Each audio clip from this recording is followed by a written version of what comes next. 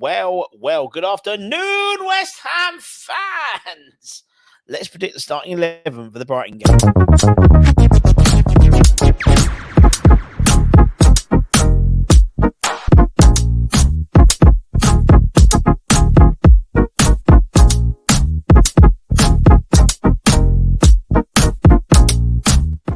Yes, everybody, West and the West Ham Network. Hope you are all safe and well. Hope your Tuesday's going well. In a few short hours, we play the Seagulls at the London Stadium. The Seagulls have up to 11 players out. The latest being Lewis Dunk, who's suspended for five yellow cards. But the likes of Lapperty, Solly March, Ansu Fati, they're all suspected to be missing. West Ham, we know that unless there has been a change of heart, which we are not aware of, by the Ghanaian international manager, Chris Hughton, former West Ham manager, and West Ham player, but former Brighton manager as well, in both camps. Thanks to the old scheduling, thanks Amazon, we are unlikely to have our Ghanaian international superstar playing for us tonight. I mean, Ghana themselves don't want to lose their star man to injury potentially, but it doesn't seem fair a little bit, considering everyone else has managed to get their players to play. Ours haven't. Seems a bit, a little bit meh. But we know also that Lucas Paqueta, he himself has declared himself that he was going to be returning from injury within a week. So the likelihood is he's not playing tonight. And also Kurt Zuma, he is 50-50 for tonight as well. And obviously Naya Faged will obviously be going to the AFCONs as well. And hopefully has recovered from his illness. So let's try and predict this 11. I think it's going to be quite interesting, really. I think it's time for the bench warmers to shine. Will they is another question. That's the issue I have, whether they will shine or not. So let's crack on. Let's start the easy positions, then we'll work our way round. So for me, Areola is between the sticks. Another clean sheet against the Arse. Is that 2 now? 2 and back to back now. Man United and Arsenal, not too shabby. Alonso. Back four. I think back four is going to be interesting. I think the gimmies are going to be obviously Emerson and the unhappy Vladimir Sufel, if you believe reports about his the speed of his contract extension being triggered by the club, and he suggests that he probably deserves more, particularly the likes of Tommy Soucek have got another deal to 2027, and Jarrod Bowen a 7-year deal. He thought that maybe he deserved a little bit more than 1 year extension. I'm inclined to agree with him, but he's aging on his side, and for too often we keep players well beyond their shelf life, i.e. someone like Aaron Cresswell, for example. But then Ogbonna, you know what, Ogbonna, and to be honest, he could play tonight, and I think he might play tonight. I don't know whether they'll play Zuma. Don't know whether they'll risk him if he's not 100%.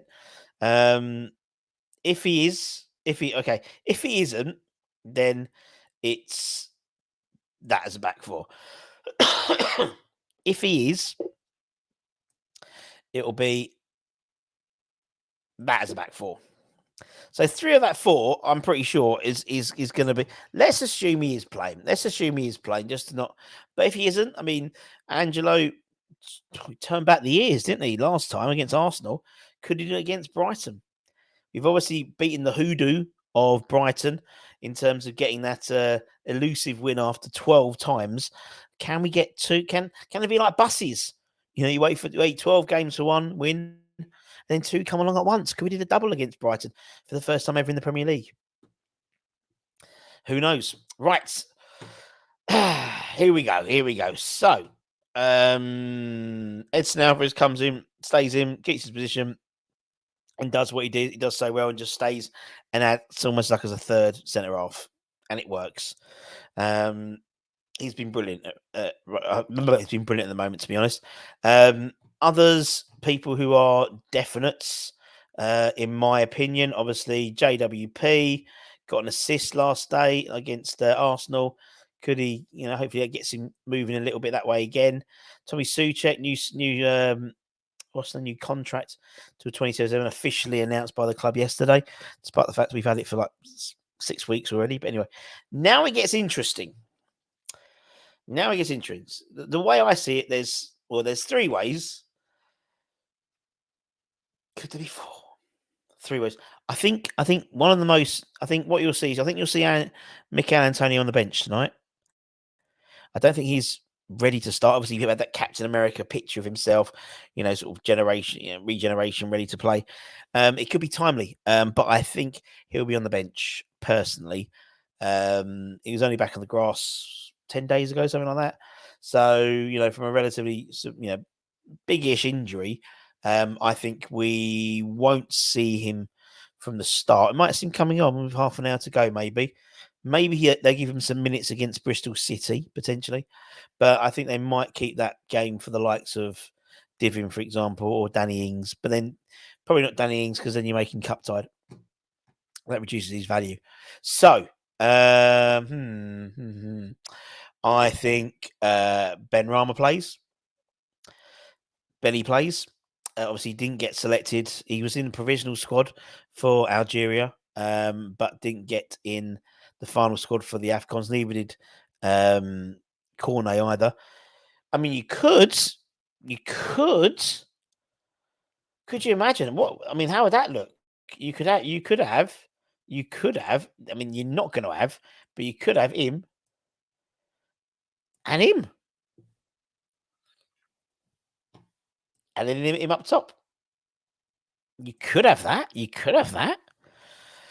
Obviously, we know the likelihood is Paqueta isn't playing either, so that's why I've assumed he's in the teams. Otherwise, he'd probably play, and maybe everyone will move along one. Most likely, I think you'll see actually that. I think you'll see Fornals playing on the right-hand side potentially, and Benny on the left. Don't know how I feel about that, to be honest. Personally, I would do this, but I don't think he will do that. I would do this. It's a perfect opportunity for Divin. Both sides are bare bones. I think he could do that. Similarly, he could maybe not play Fornals and play Granny Ings up front. But I just don't think he fancies it at the moment. He's not. There's been opportunities where he could put Granny on, and he hasn't put him on at all. In fact, he sort of stayed relatively, like for like, really. So I'm going to move that up there a bit better.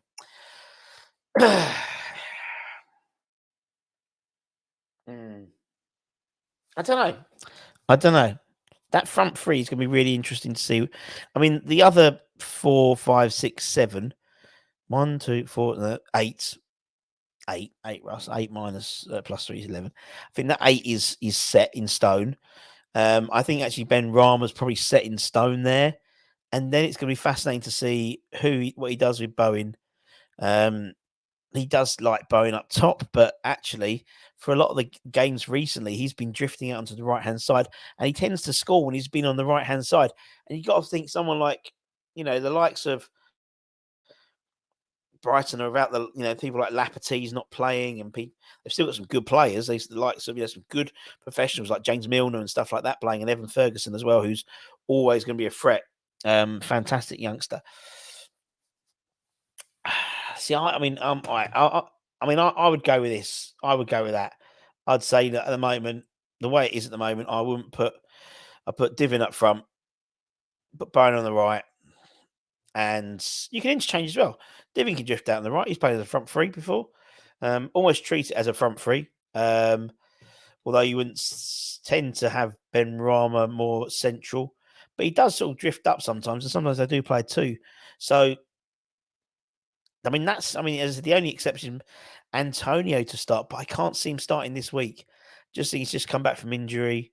He's on the Premier Injuries website. He's down as 50-50. So That's what I would like. I don't think that's what we're going to get, but that's what I would like. And I think actually that side would get the fans on Moyes. It would get him on board for the game, particularly because you've got Mbama. And we all want to see him getting more game time, and it might help the contract negotiations as well. But also put him in the shop front for if he does sign a contract, a decent loan spell out. But then even then, I think we'll be at the moment we're a bit short. So unless we bring people in, which we might do apparently. So let me know in the comments what you think. What is the percent? Actually, I'm going to ask a question. What is the percentage likelihood that Moyes is going to start with Mbama? In the comments, I want a percentage: 10%, 50%, 70%, 30%. I reckon it's a 40% chance that Divin starts and a 60%. No, I don't even know. Okay, yeah, I'm going to say 40%. 40% chance that Divin starts tonight. But let me know what you think. Keep an eye on the channel. Anton should be around for the watch along. But if not, I'll hopefully grab some time on the way back, walking out from the station. But take care, stay safe, stay warm, stay humble, keep the faith, my friends, and come on, you bloody Irons. Irons.